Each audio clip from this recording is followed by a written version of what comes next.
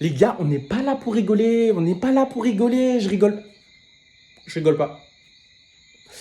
Bref, j'ai envie de vous dire, les gars, là, je suis en train de travailler sur ma formation et j'essaie de trouver un moyen de connecter l'iPad à l'écran, de sorte à ce qu'il y ait les points de pression, etc. pour que je puisse corriger à la fois les travaux des élèves, mais en même temps donner un maximum de techniques de dessin parce que c'est fluide, parce qu'on a les points de pression.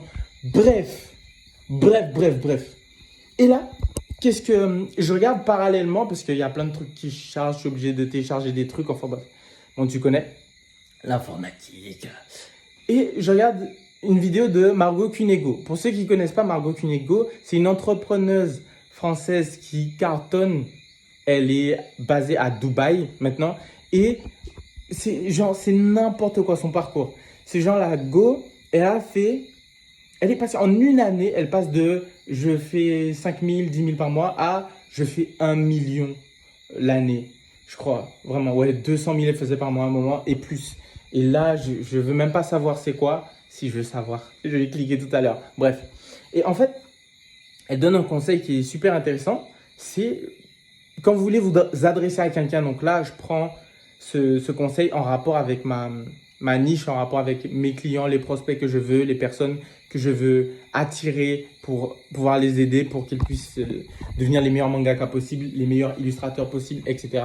Bref, si tu t'adresses à quelqu'un, en fait, il faut que si tu veux vraiment connecter avec la personne, il faut que tu connaisses sa vibration interne, les questionnements qu'elle a, les problématiques qu'elle rencontre dans son quotidien ou dans le problème qu'elle essaie de résoudre par rapport à ton offre. Mais c'est valable aussi juste quand tu essaies de connecter avec quelqu'un. En fait, il faut vraiment que tu te mettes à la place de la personne. Donc là, elle donnait un conseil qui était super puissant. Elle disait qu'il fallait arrêter d'essayer de créer un persona du genre alors, mon client, la personne que je veux atteindre, elle a 22 ans, Non. Il faut que tu cherches les problématiques. Quelle est la volonté de ton prospect, de la personne à qui tu veux t'adresser? Qu'est-ce qu'elle veut, d'accord? Quel type de message elle veut entendre? Comment elle veut l'entendre? Ok? Pourquoi elle veut l'entendre? En fait, il faut que tu connaisses tout ça. Pas juste que tu saches physiquement à quoi elle ressemble, etc. C'est son statut ou quoi. Non, il faut que tu ailles à l'intérieur.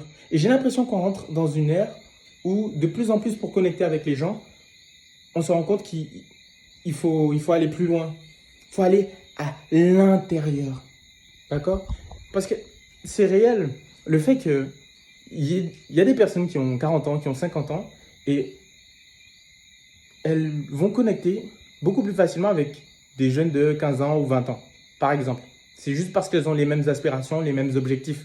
C'est pour ça que les gars, tous les gens otaku, ils connectent super bien entre eux, mais il y a des gens otaku, entre guillemets, hein. Les otaku, ceux qui restent chez eux, qui regardent plein de mangas, qui traînent sur Discord, hein. On vous voit.